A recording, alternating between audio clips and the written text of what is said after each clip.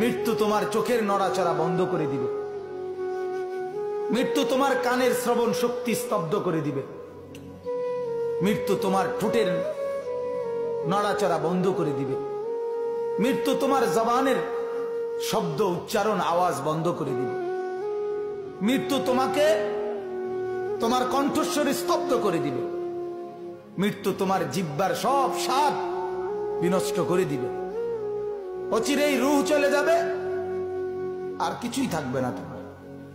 না কানের শ্রবণ শক্তি, না নাকের ঘ্রাণ শক্তি, না চোখের দৃষ্টি শক্তি, না চামড়ার অনুভব শক্তি, না পায়ের চলার শক্তি, না কল্পনার বিবেকের দিমাগের চিন্তা ফিকিরের শক্তি, কিচ্ছু থাকবে না। আল্লাহর নবী এটাই বলছেন, সব কিছু